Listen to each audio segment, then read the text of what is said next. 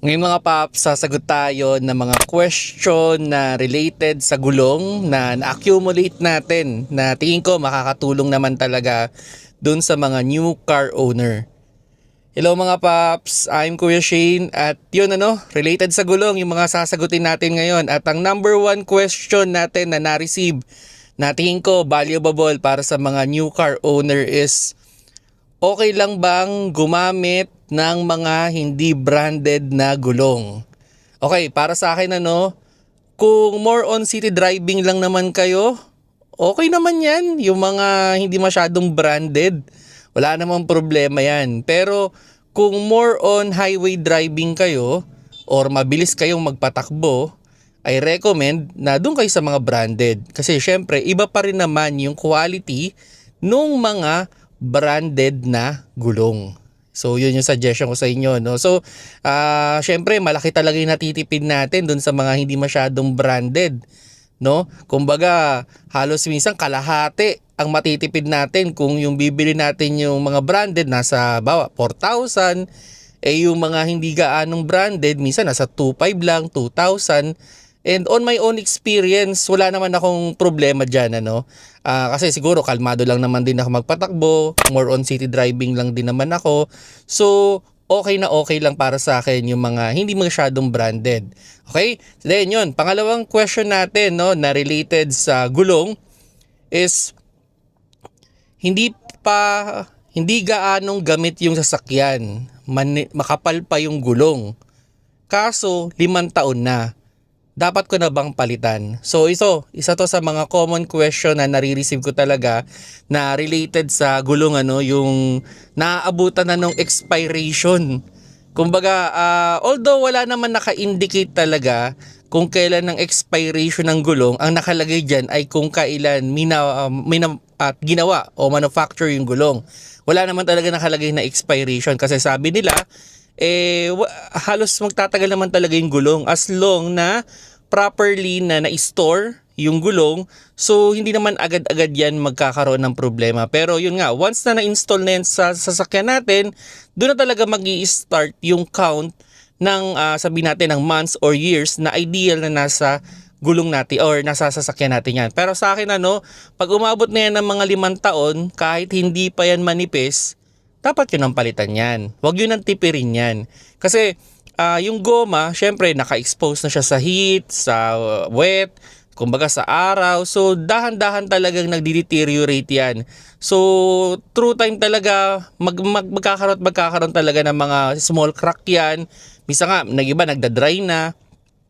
So doon naman kung sakali man wala man sa months, wala man doon sa kilometers, wala man doon sa groove niya na may sign na manipis na, pero kung yan masyado nang dry yung rubber or meron na siyang mga small crack, palitan nyo na. Huwag nyo nang patagalin kasi yun nga, ito ay pwedeng mag-cause ng isang aksidente.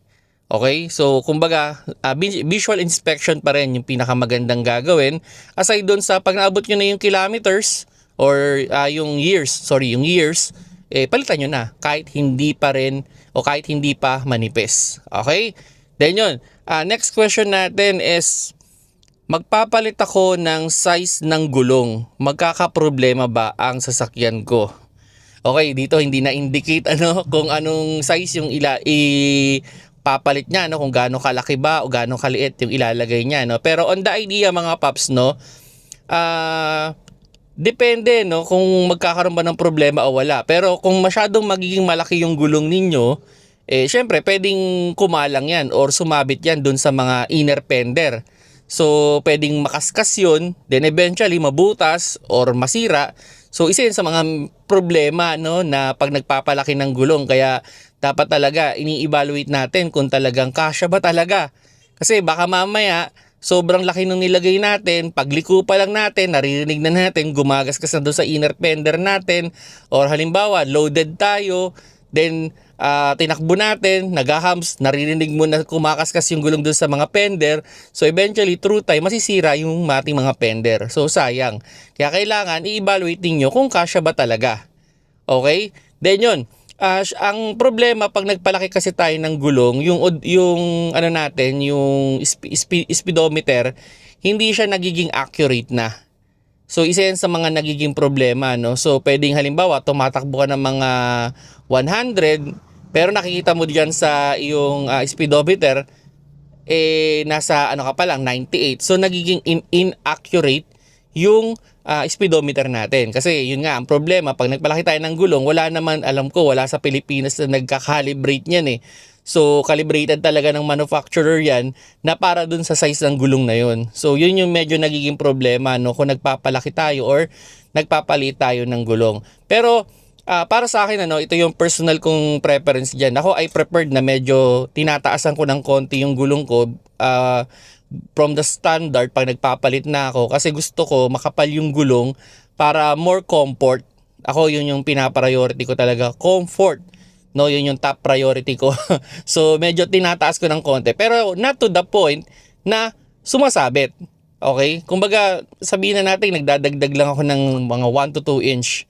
So yan lang yung ginagawa ko dyan.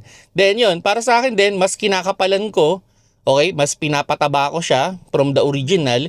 Ang isang reason ko dyan is para mas maganda yung cornering niya, kasi mas malaki yung grip niya sa road, and mas napoproteksyonan niya yung mga yung mugs. Kasi halimbawa nag-aano ka, lumiliko ka sa mga gutter, pag nasabit mo yun, halimbawa nasabit mo yung gulong doon, ang unang tatama is yung gulong, hindi yung mugs. So mas mapoproteksyonan ninyo. Sa akin yun yung personal preference ko, no.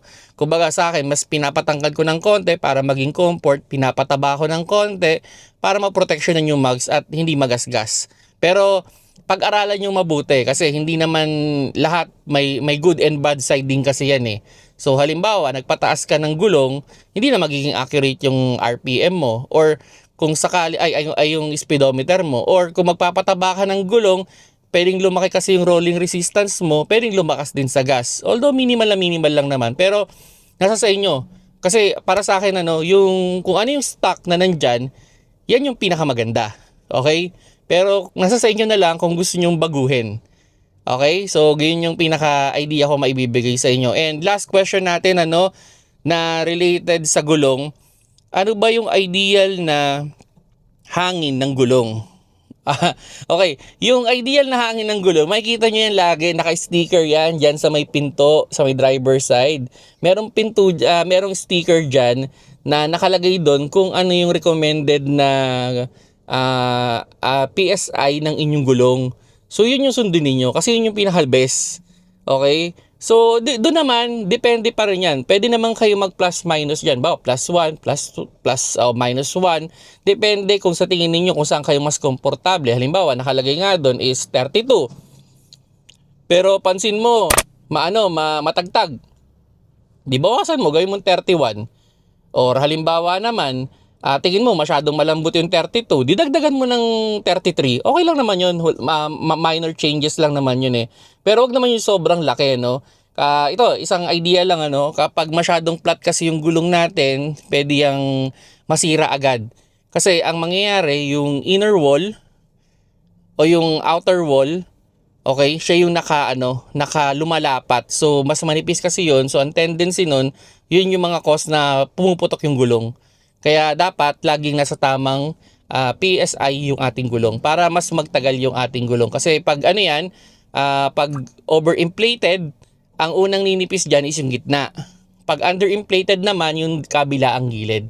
So yun mga paps, no? Kayo, anong paniniwala nyo sa gulong? Or may question ba kayo sa gulong? Comment nyo na lang. Pag-usapan natin yan. Malay nyo sa susunod, gawa natin ang panibagong video.